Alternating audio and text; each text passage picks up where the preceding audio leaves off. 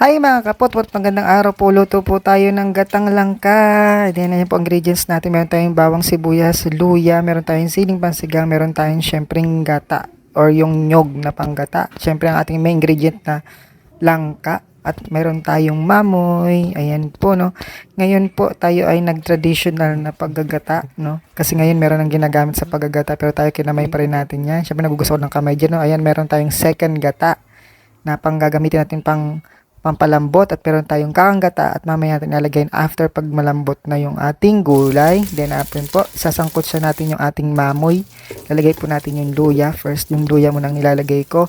Then meron po tayong bawang sibuyas. Yan, mekos-mekos natin para po lumasa no yung ating mga ingredients sa ating mamoy.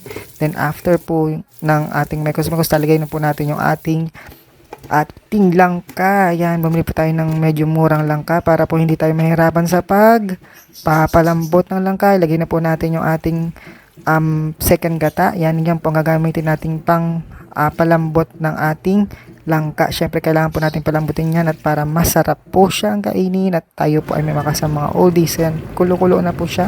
Then kailangan natin halu-haluin yan, no, para lumasa. Pwede pong lagyan nyo ng asin, paminta at kapangyarihan ng magic. Tapos after nilagay po natin dyan yung kakanggata, hindi ko lang na videoan, sorry. Then ayan po, lagay na po natin yung ating sardinas. Syempre meron tayong sardinas na nilalagay dyan. Green po ang lagay natin syempre kasi ayaw natin ng maanghang. That tayo may mga batang kasama at mga oldies. Ayan po, 'di ba? Nakatoppings pa 'yan, 'di ba? Napakasarap. Saan ka pa talaga naman. Tas after po niyan, lalagyan po natin 'yan ng siling pansigang mamaya. O, 'di ba? Ayan, naluto na, o, 'di ba?